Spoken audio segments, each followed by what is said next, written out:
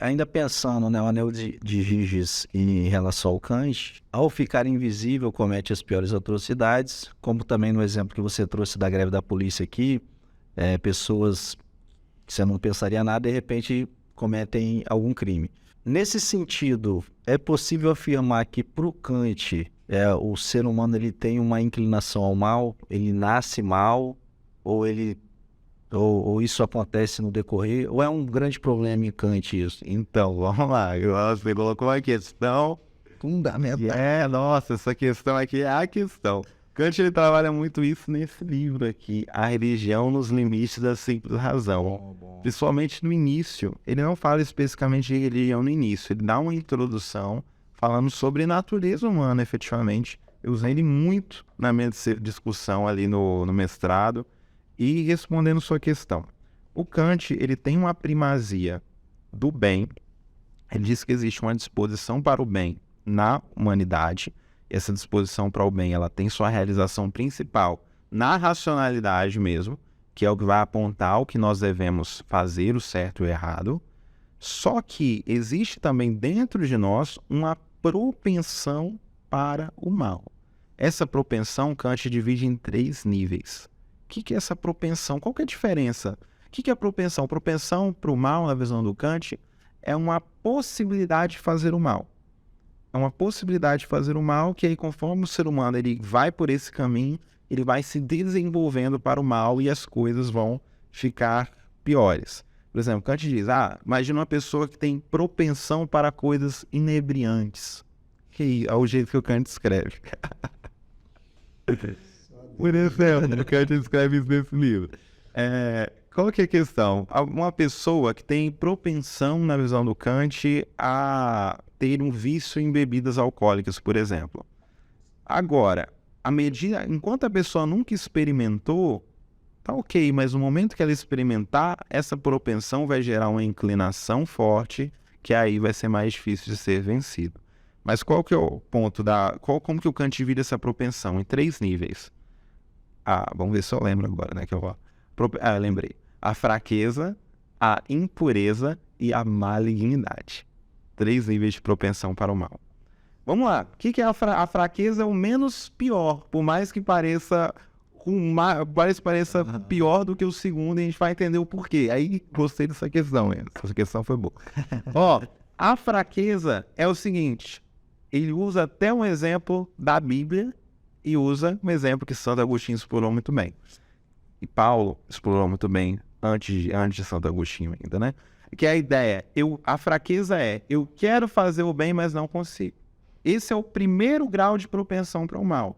A pessoa ela tem uma intenção boa, só que ela não conseguiu fazer o bem, e aí depois ela acaba se arrependendo e sofrendo por causa disso. Por exemplo, Anderson, você tenta ser uma pessoa fiel, mas você não consegue. Você caiu, você tropeçou. E aí você se sente muito mal pelo que você fez. Você pensa, nossa, não deveria ter feito isso. Você fica extremamente mal. Na visão do Kant, isso foi a fraqueza. A gente pode chamar, usando o termo grego, né, acrasia, essa coisa de você quer fazer uma coisa, mas você não consegue dominar a sua própria vontade. Esse é o primeiro grau de propensão para o mal. E aí ele usa aquele texto famosíssimo, né, do apóstolo Paulo, Romanos 7,19, né, o bem que eu quero fazer não faço, mas o mal que eu quero, esse sim eu faço, né? Eu quero fazer o bem, não consigo, eu faço o mal que eu não gostaria de fazer. Só que aí, veja, o segundo grau tem muito a ver com o que a gente estava discutindo agora, que é o da impureza. O que é impureza? É quando você faz o bem, mas sua intenção não é pura. A sua intenção, o jeito que o Kant coloca, os mobles, as coisas que estão te movendo para você agir, estão contaminando, você está tendo outras coisas, outras intenções. Um exemplo clássico disso é o que o Kant usa na fundamentação da metafísica dos costumes, a questão do exemplo, ele usa 2 principais, a questão dos atos de caridade. Vou usar o primeiro, eu vou utilizar esse aqui que é mais tranquilo de entender. Imagina, ato de caridade, poxa, é uma coisa maravilhosa, boa de fazer. Só que imagina que uma pessoa faz um ato de caridade porque ela quer fama, porque ela quer ser bem vista. Por mais que exista uma coisa boa nessa ação, por mais que ao olhar do outro essa ação seja boa, existe ali uma impureza, essa pessoa não está fazendo certo pelo certo. E olha só que interessante, esse segundo grau, do ponto de vista de quem observa, do ponto de vista empírico, ele é menos pior do que o primeiro. Não é verdade? Porque o segundo grau, ele produziu uma coisa boa, por mais que a intenção não seja boa. O primeiro produziu uma ação ruim. Só que o Kant, ele diz que o segundo grau, ele é mais perigoso porque existe essa corrupção na intencionalidade. Porque o primeiro, a fraqueza, mesmo que você não conseguiu, você teve a consciência de fazer o certo. Você queria fazer o certo, não foi forte o suficiente.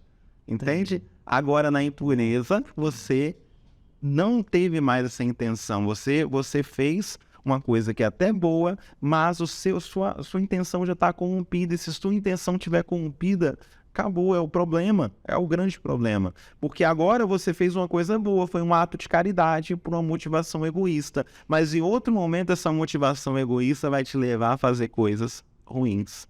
Entende? Esse é o primeiro e o segundo grau. Ia comentar algo ou vamos pro terceiro? A gente fala desse. Fala a malignidade aí. Terceiro, a malignidade é o cara... Isso. É o cara que faz o mal, tendo noção e colocando o amor de si próprio acima do dever mesmo. É o cara que quer desprezar o dever. Então, por exemplo, malignidade, usando o exemplo da traição, imagina, aí dá para comparar o primeiro e o terceiro. Primeiro grau, você teve a intenção de fazer o certo e não conseguiu. O terceiro grau, você sabe o que é o certo, você sabe o que você deveria fazer, mas você escolheu não fazer. Você não se arrepende aqui do mesmo jeito. Ainda existe até um certo arrependimento, não um arrependimento, mas um certo remorso que vai ser gerado em você, porque na visão do Kant, essa voz que é a razão dentro de nós, essa consciência moral, essa Gewissen, né, o termo em alemão Kant utiliza, você não consegue silenciar.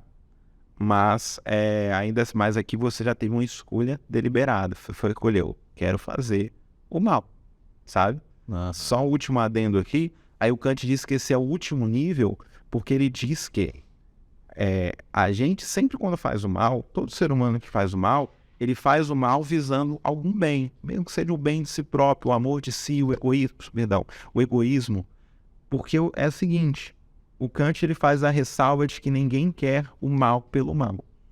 Essa é a visão dele. Tem pessoas que também questionaram isso ao longo da história também.